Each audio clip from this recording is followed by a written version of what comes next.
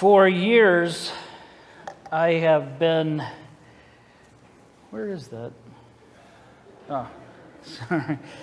I have to clip on this here, so Christopher was hiding it from me, even though he told me right where it was at. For years, I've been told that I'm a little odd, and I'm just used to that. And I guess over the time, I've said enough things and done enough things that strike people strangely. Case in point, I woke up one day and was feeling really bad. So I decided to go to the doctor, which is a big deal for me because I don't like to do that. And so I'm in this room, you know, the room with the second waiting room. After you wait the first time, then they take you where you feel like, hey, I'm making some progress here. And it's the one with the used to have the butcher paper on the things. I don't know if it still does that. Like I said, I try not to go. And so I'm in that room, and I have this nurse come in, and she is taking my temperature and blood pressure, and she's really rough with me. And she's gruff, no bedside manner, not a pleasant person at all. She leaves the room, and in comes the doctor, and he said, Mark, I'm going to have you tested for strep throat. I think you might have it. It's going around. You have the symptoms, so I'm going to have you tested for that. So I thought to myself, all right, how bad can a strep throat test be? Well, had I known, I would have run screaming from that place. Because he left, and in came Nurse Sunshine, and she walked over to me and pulled out one of these. It looks like a big popsicle stick, but it's a tongue depressor, and she told me to open my mouth, stick out my tongue, say ah, which I had done before. And so I did it. She held my tongue down, and then, like some trained killer, from behind her back, she pulled out the biggest Q-tip I've ever seen in my life. I'm telling you, this bad boy had to have been the size of a baseball bat, all right? And fear comes over me because I know what Q-tips are made to do. They're made to go inside of you, and so I know this thing's going in me. I just don't know where. And so I closed my eyes, said a quick prayer, something like, Jesus, I might be coming to see you soon. And then I just held on for dear life. Well, she took that Q-tip and rammed it down my throat. And you know how you have that gag reflex, you know, like you're about to throw up? Like, a lot of you do that every time I walk on the stage, you know. So that happened, and I promise I'm not a troublemaker. But I just instinctively grabbed her arm, pushed it back, and went, what are you doing? And then she got mad at me. She said if you would have kept saying, like I told you, you wouldn't have started choking. Well, I don't know that. Well, she was offended. She stormed out of the room. So the doctor came back in and he said, Mark, I have bad news, and I have good news, and I have more bad news. Now, you have to understand, I am very imaginative, and so my mind's going to the worst possible places. So I'm preparing, I may have even started crying, I don't remember. So I'm preparing for the worst here. And he said, the bad news is you tested positive for strep throat. The good news is the medicine I'm going to give you will have you feeling like a new man by tomorrow. The other bad news is that it comes in the form of a shot of penicillin. Now, I don't actually remember hearing the word penicillin because when I heard the word shot, my brain locked up. Because if there's anything that I hate more than having someone try to kill me with a Q-tip, it's having someone try to stick a needle in me. So I did the only thing that I could think to do. I tried to talk him out of it. I'm negotiating with this guy. I might have even bribed him. Well, he got offended and left the room. Guess who he sent back in? Nurse Sunshine. Only this time she's not carrying a Q-tip. She came in, and I immediately tried to talk her out of it, that, look, I don't really need this. I'm feeling so much better. And she wouldn't have it, so I started rolling up my sleeve, and I looked up, and she's doing this. And I went, what? And she goes, that's not where we do it. And I said, oh, no, this is where I draw the line. And so we argued for like a minute or 10, and And to make a long story short, she yelled, "Drop them," and I was feeling much better the next day. So that's proof that sometimes I do things that make people say, "I don't understand you." My wife says that I'm a little on the dramatic side. I don't know what that means, but maybe so. But you know what? The Bible is like that. Sometimes there are parts that we don't quite understand. And we can say, "I don't really understand that." And that's what we're talking about today, because we're continuing this series called You Asked For It.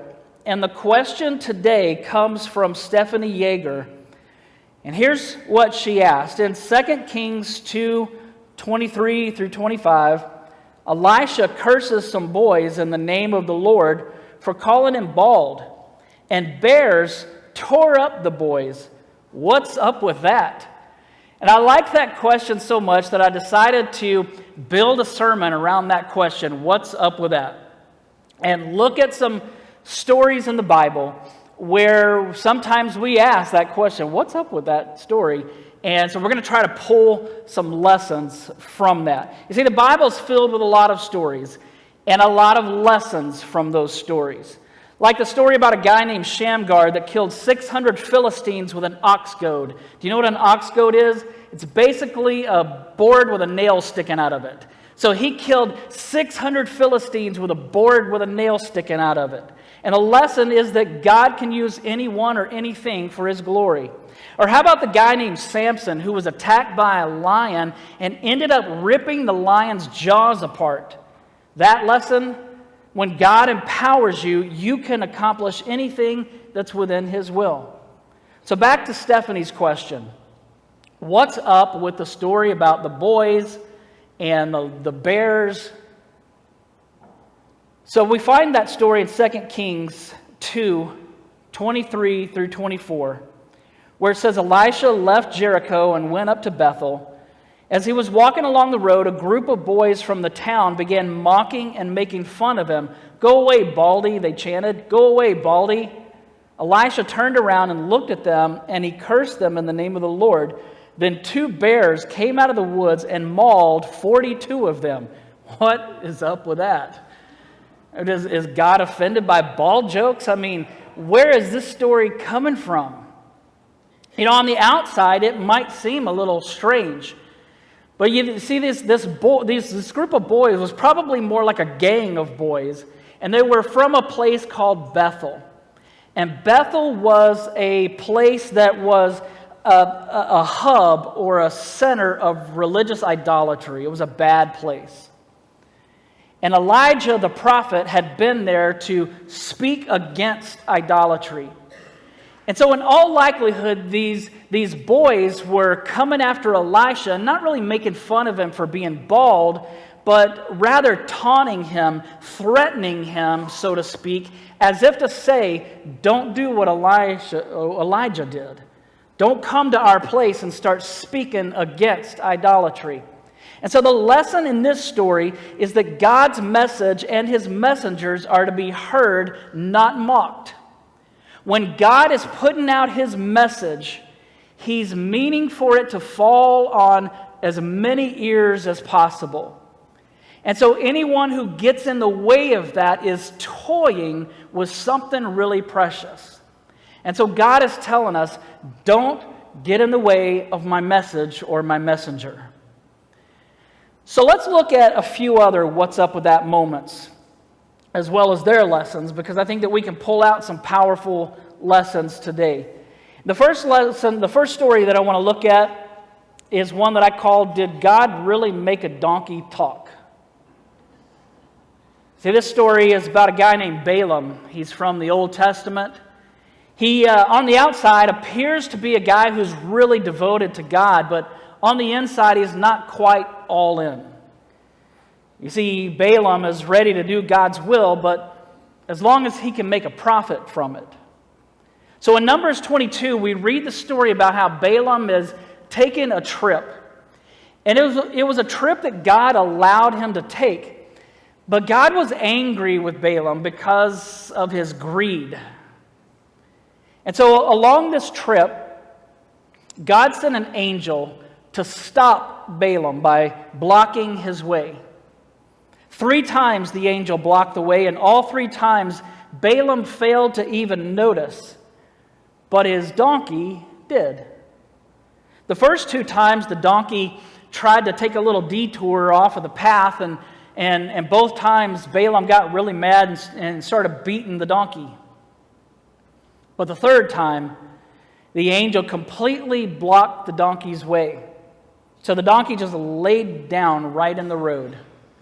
Well, Balaam got mad again and started beating the donkey yet again, but this time the donkey responded. In Numbers 22:28, it says, "Then the Lord gave the donkey the ability to speak. 'What have I done to you that deserves your beating me 3 times?' it asked Balaam." So God used a donkey to deliver the message of God. And you say God can't speak through you. If he can speak through a donkey, he can speak through any of us. But that's not the lesson that I want you to see. Here's the lesson that I want you to see. God opened Balaam's eyes because of this. And he was able to see that angel. And upon realizing that God was speaking and actually had spared his life because of the donkey, Balaam confessed his sin. And the lesson is this: God is speaking to you, and he will get your attention one way or another. He's speaking. It may not be an audible voice, but he's speaking to your heart. And if you're not listening, he's going to find a way to get your attention. I think that if we could teach ourselves to hear and to be better listeners, we could save ourselves some grief, right? When I was in college, I sang with a singing group that traveled all over the country doing concerts. And one night we were in Albuquerque, New Mexico. And at the end of every concert, I would give this little talk, like tell a story, and then I would invite people to come forward and give their lives to Christ. And on this particular night, when I finished my part, there were dozens of people at the altars praying. And I was sitting on the first pew. And after praying with people for several minutes, the pastor got up and walked and came over and sat right next to me. And he leaned in and he said, "What's your major?" And I said, "Youth ministry, but I'm going to become the next Stephen Chris Chapman." I really believed that I was going to become this full-time musician that traveled all over the world. That's what I really thought. Usually people laugh when I tell them, so thank you for not laughing. That means a lot to me. And so after I said that, he said, "God's calling you to preach." And I said, "Nah, I'm not a preacher. I'm just a storyteller." And he goes, "No, God's calling you to preach." Well, I didn't think anything about it, but a few days later, this girl who I went to school with, who's a friend of mine, came to me and she said, "Last night I was praying, and while I was praying, I feel like God put you on my heart. And so I started praying for you. And I feel like God told me to come tell you that he's calling you to preach." And I went, "Well, that's weird. Just a few nights ago, this pastor in Albuquerque told me the same thing. How strange." Now, I'm a little slow, so I didn't pick up on this at this point. About a week later, my friend Maurice, who was my mentor and somebody that I really looked up to, he's like my big brother, came to me and he came to my dorm room and he said, "Hey, I was at your concert a couple of nights ago, and you were doing your little talk at the end, and I just feel like God impressed me to tell you that he's calling you to preach." And I went, "Whoa, really?" So it took me a bit, but now he has my attention. And so God is speaking to you in your life, wherever you are.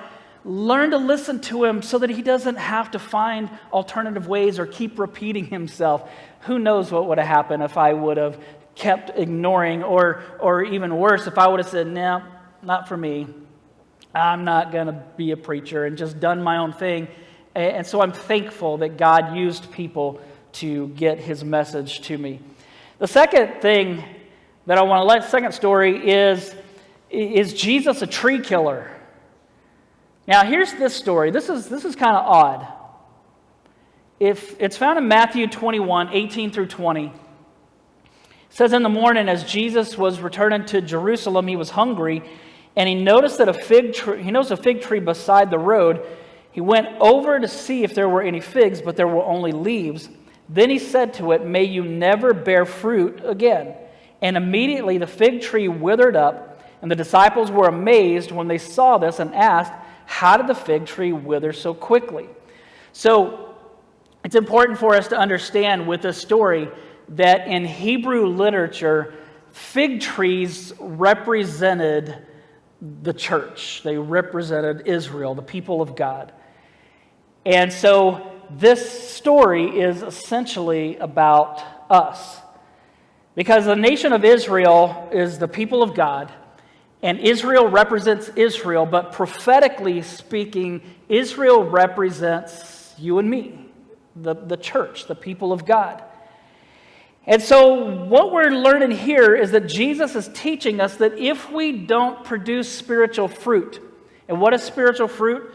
It's love, joy, peace, patience, kindness, goodness, gentleness, faithfulness, self-control. It's the evidence that the Holy Spirit is alive in our lives. If we're not producing that type of fruit, we're kind of useless to God. Doesn't mean he doesn't love us. It just means we're not doing everything that he's called us to do. Are you with me? So the lesson is that God isn't interested in superficial religion. Whoa.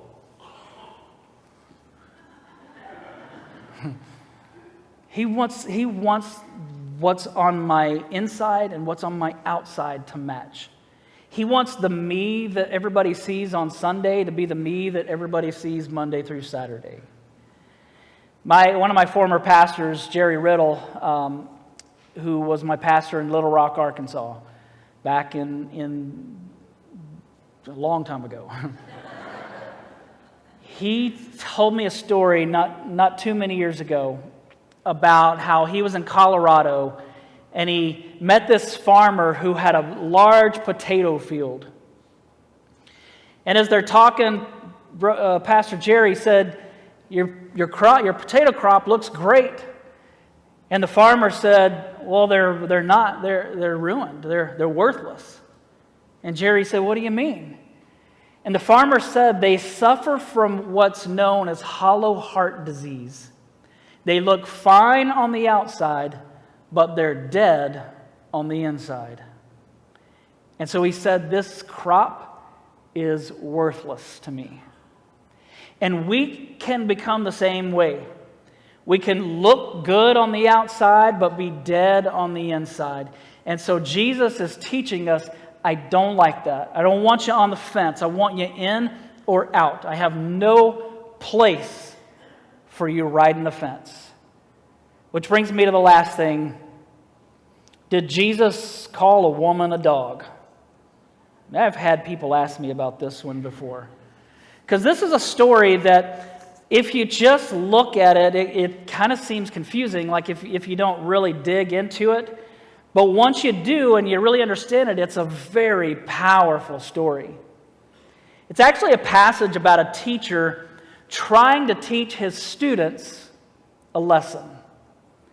But at the same time, the teacher is teaching someone else a lesson. You see, the disciples had some issues, as many of the Jews did at that time, with excluding people who didn't look like them and live like them. And Jesus is teaching them to embrace rather than exclude. John Ortberg wrote, "This is the irony of the spirit of exclusion. It causes us to think that merely to associate with those we consider outsiders is doing them a favor. We forget that whenever the spirit of exclusion reigns, it marks those farthest from the fellowship of the Trinity. When we exclude, we don't just hurt those we keep outside, we damage our own souls far more." So here's the story. We find this in Matthew 15, starting with verse 22. It says, a Gentile woman who lived there came to him pleading, have mercy on me, O Lord, son of David, for my daughter is possessed by a demon that taunts her severely.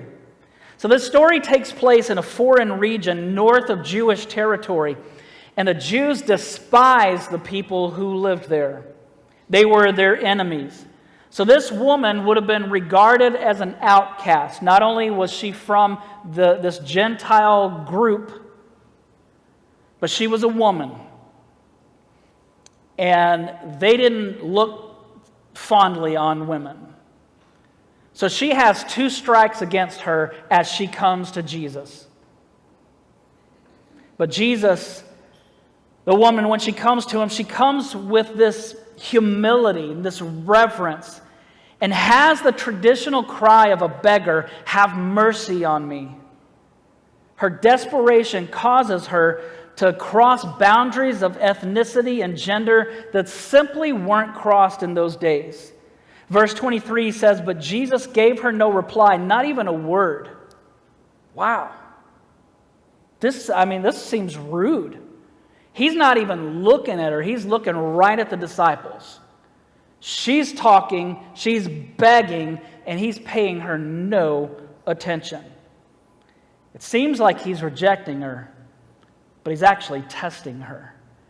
And he's testing his disciples as well. You see, they're not surprised that Jesus wouldn't be talking to a Gentile woman. What rabbi would?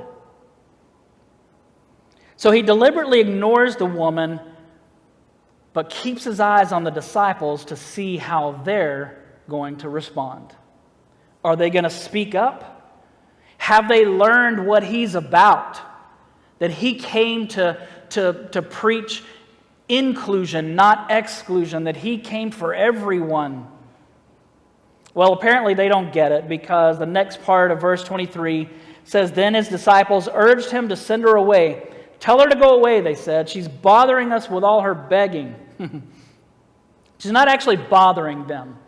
It's making them uncomfortable. Because here's a mom begging for help for her daughter, and Jesus won't even look at her. It's got to be a little awkward, right? I mean, I picture this awkward silence where the disciples are kind of looking at each other.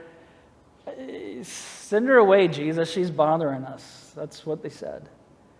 So verse 24, then Jesus said to the woman, I was sent only to help God's lost sheep, the people of Israel. So it looks like he's agreeing with them, but he doesn't actually send her away. He's just still watching how the disciples respond. Verse 25 says, but she came and worshiped him, pleading again, Lord, help me. So she kneels on the ground, and she utters 3 words, Lord, help me. The disciples watch this. This has to be agonizing to watch. A desperate mom pleading for her child. Well, Jesus responded in verse 26, the famous line that causes the confusion. It isn't right to take food from the children and throw it to the dogs. Wow. That is rude, it would seem. It comes across harsh. But here's the thing, the disciples, this is how they're thinking. And so what Jesus is doing is he's causing them to face themselves. He's not putting her down.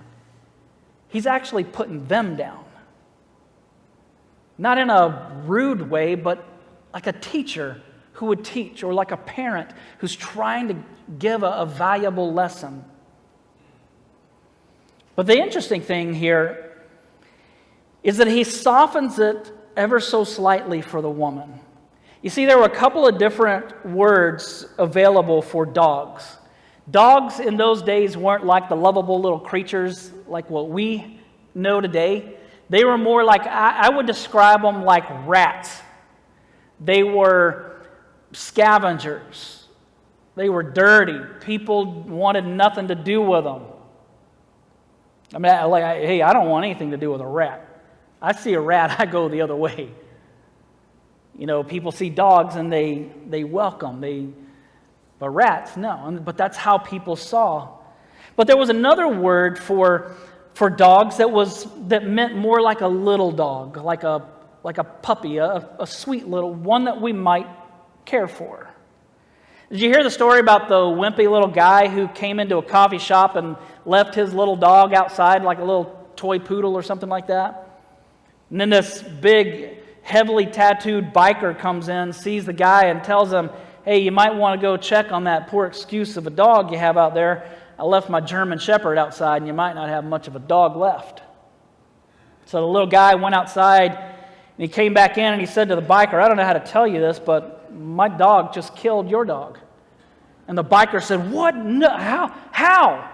And the little guy said, he got stuck in your dog's throat. I know, that was bad. Terrible, terrible story.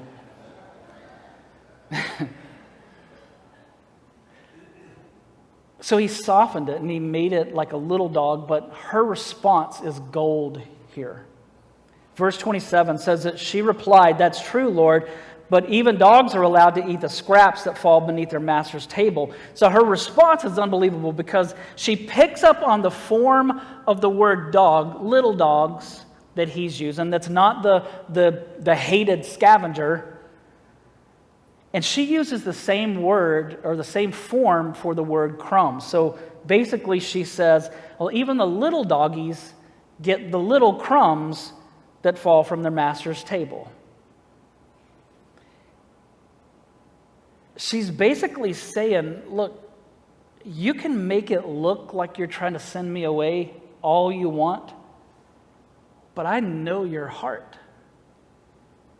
And she's refusing to give up. And Jesus, who the whole time has been focused on the disciples, finally turns and faces her. And here's what he said in verse 28, Dear woman, your faith is great. Your request is granted, and her daughter was instantly healed. So the lesson here is that Jesus came for everyone. For everyone. He was trying to teach the disciples so that they would know that they were no more special than anyone else. And he was trying to teach it to the woman so she would know she was just as special as everyone else. And so this morning, whatever your situation is, maybe you're feeling like you're absolutely worthless, that God doesn't care about you, that He is not your friend, that there's nothing that you can do that can make Him love you. I want you to know there's nothing that you can ever do to make Him love you less. Nothing. Nothing. Nothing you can do to ever make Him love you less because He's crazy about you and He came just for you.